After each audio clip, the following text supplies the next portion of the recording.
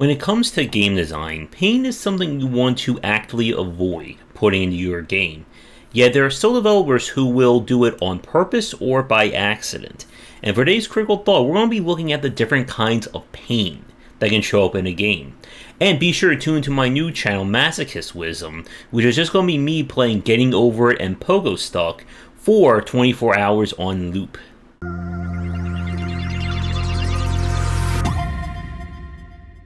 When it comes to avoiding pain points in games, this is something that even established or veteran developers can still slip up on, and something that can be in a lot of first-time developer games. We're going to be focusing on pain points for this first half, and then talk more about the idea of fun pain in the second half. Nevertheless, a pain point itself is when there is something that is conflicting or getting in the way of your core gameplay. If you know what a record is, and for people on the younger side, go Google it, the pain points are essentially like the skips in that record. There's a lot of discussions when it comes to game design and entertainment about entering the flow state, or a state of flow, and pain points will get in the way of that. Now, when it comes to video games, we're going to kind of delineate down a little bit more and discuss that there's two broad categories of pain points that you have to understand as a developer. They are systemic pain points and situational. Systemic pain points are the ones that are inherent or elements that cause issues with the major gameplay or the systems of your title. These are the ones that when we spot them, we can spot them within minutes of playing a game. From a horribly thought out UI, very frustrating or clunky UX issues, gameplay that just makes no sense, or anything that is just annoying to this game. Now, the problem when it comes to systemic pain points is that these are the ones that become internalized, by the hardcore community. That it's okay to have, text icons or icons that make no sense, no tooltips, bosses that can attack you from off screen with no advance warning. That's just part of the charm of the game, right? And this is why you need to have a wide spectrum of people who will playtest your game, from the novices all the way up to the hardcore. And the reason why is that new players are going to be far more receptive to systemic pain points. And like I've said, these are issues that they're not going to take 10 hours, 20 hours, even 1 hour to find. Sometimes they can be spotted in 15 seconds, 1 second of loading up your game. And if you leave these in, either intentionally or not, they are going to cause player churn. And I have a perfect example of that. Excuse me for 1 second. Hollow Knight is a terrible video game. It is a game with a horrible map system, and the trinkets are frustrating to use. And right now, I know a few of you are getting ready to leave some angry comments saying, "You've never played Hollow Knight. This person probably quit after 5 minutes. Get good, scrub." And so on and blah blah blah. But you see, 2 points. One, I completely finished Hollow Knight all the way through the White Palace and the big ending there. And I'm not the one who said that. The people who said that were the consumers of Hollow Knight. We reviewed the progression and achievement rates of Hollow Knight on my show Completion Critiques, which I'm going to try and do some more episodes on. If you have any suggestions for games, let me know. And right here, these are kind of the top 3 achievements, or the first 3 achievements in the game. And most likely, you're going to find or get these achievements within, I would say, an hour to an hour and a half at most, for those of you playing this game casually. And as you can see, this game churned out a lot of people within that span of time. 31% of the people who bought Hollow Knight never even made it past the first boss. And 41% of that never even made it past the second fight, when you even start to unlock some of the advanced tech of the game. And if I scroll down just a little bit more, Soul Master, which is the third boss, we're down to, what is that, 58 or 57.1%. So, despite the praise of Hollow Knight, it had some systemic pain points in it. And it just keeps going down. Now, again, you're noticing that the achievement rates are stabilizing, and that's what you want to see. You want to go from like 34.6 to 34.2 to 33 to 32 and so on. But here's the point about that. You don't want that to happen after you've lost 70% of your fan base. You want to keep churn rates as low as possible. And the problem when it comes to systemic pain points is that these are the root cause of a lot of player churn. Because if something is annoying you 2 minutes into playing your game, guess what? That's going to be there for 5 hours, 10 hours, 100 hours, 1,000 hours, however long your game may be. And if you don't nip these in the bud as quickly as possible, your game is going to suffer a lot of churn because of it. Now again, for hardcore fans, they're more willing to put up with these pain points if they've already experienced them in other genres or in previous games. But these are elements that are essentially unforced fouls that will cause problems. Now, situational pain points are a little trickier to spot.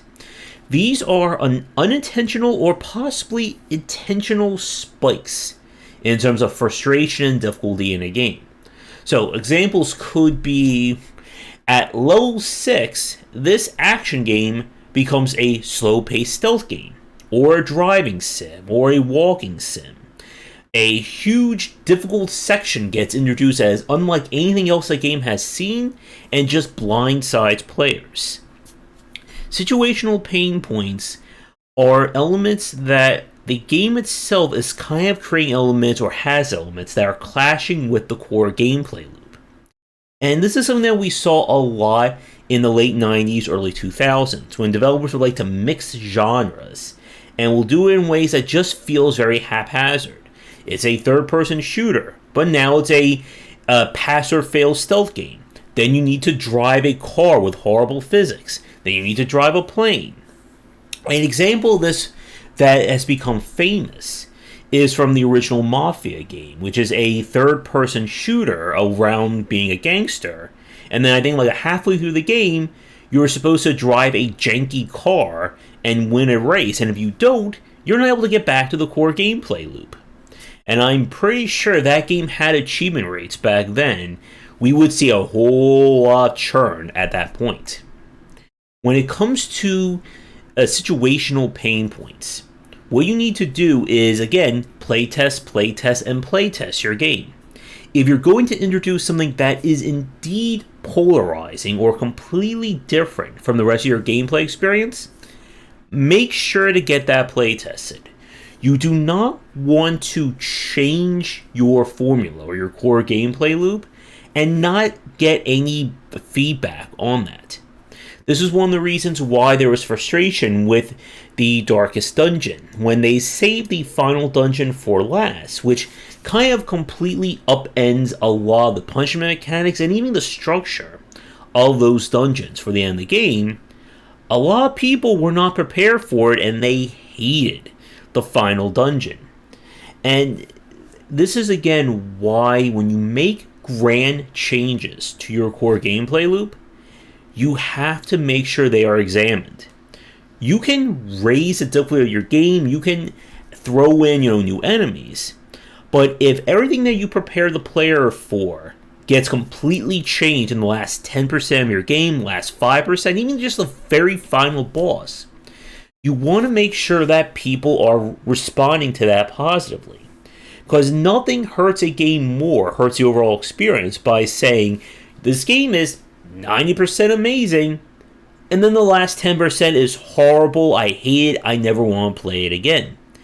And we can certainly talk about a few examples of games like that, but it would take us into spoiler territory.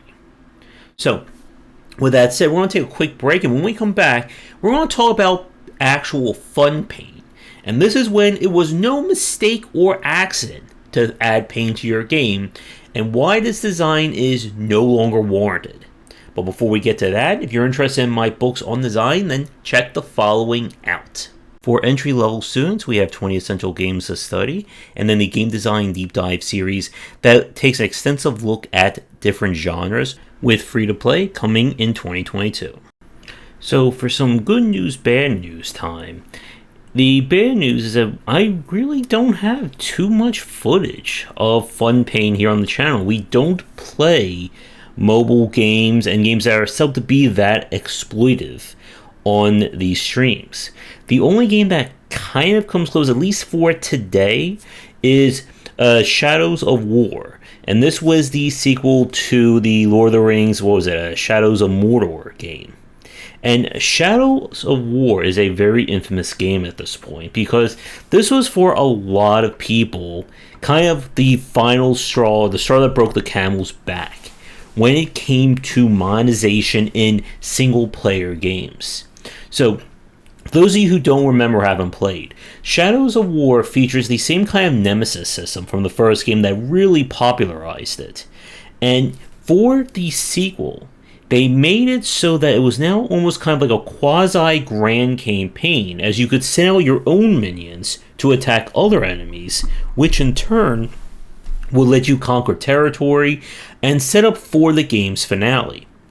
Unfortunately, the developers essentially implemented Fun Pain into the final chapter, doing the classic difficulty and stat spike that we see from a lot of mobile and especially gacha-driven games, where all of a sudden everything spikes up, and unless you were grinding and got lucky with SSRs or URs or whatever rarity system you can imagine, you're not going to make progress unless you spend money. Or grind for a few months of play, and surely you'll still be interested in playing the game. Fun Pain, again, is the deliberate design of having elements that make your game worse, and then trying to sell the player the solution to these problems. And this was heavily used in mobile games during the early to mid 2010s. And it's also a topic that's in my upcoming book, Game Design Deep Dive Free to Play. And there is some light at the end of the tunnel.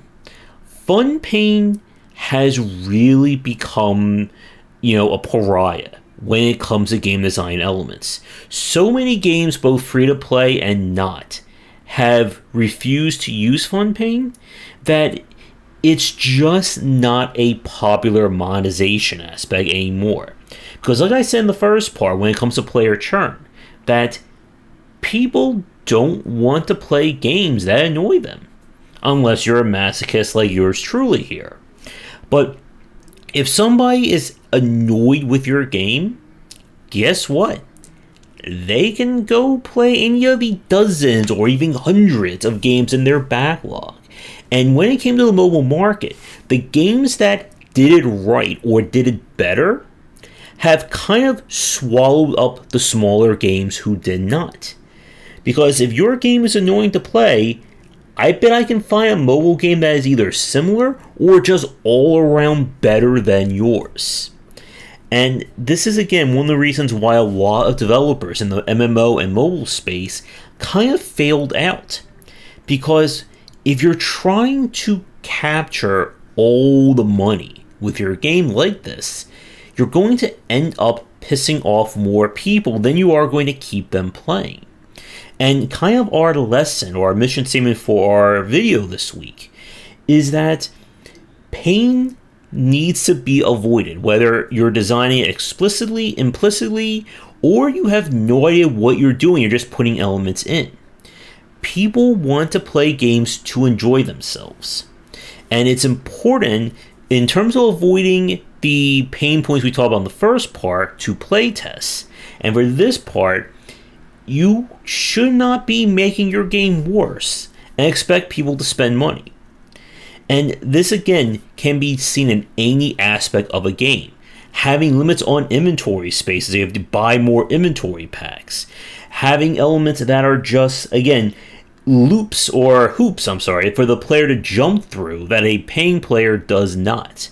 This is not the same as having exclusive cosmetics or special things that are unlocked by paying. Those are bonuses for enjoying the game. Again, like something like the monetization shop in Warframe or in Path of Exile would not be considered an example of fun pain. But if the person, or if you're trying to play a game and it is so limiting and all you have to do is spend $4.99 or $10.99 and all those problems go away, that is badly designed. And if you're trying to build a live service or free-to-play game today, you need to be especially mindful of it. In a previous Critical Thought, I talked about the different phases of gameplay when it comes to live service. And fun pain and pain points are going to drive out a lot of people in the onboarding and tutorial phase. And if those people get driven out, they will not be able to get to the point where they'll become either core fans or hardcore fans through the other two phases. And this again is why all these elements really need to be in sync. But with that said, that's pretty much all we really need to say about fun pain, because again, if you're trying to design a game today with it, your game already has probably 1 foot or both feet in the grave already. For those of you watching this, can you think of notable examples of either pain points or fun pain in games that have driven you to stop playing? Let me know in the comments below. And as always, be sure to do all the liking and subscribing. Check out our Discord and Patreon link down below. And if you'd like to get a acknowledgement in my free-to-play book, donations of $15 or more will count up until January of 2022. As always, come back for daily discussions on game design here and on game wisdom, where some of the unscience of games. Until next time, take care.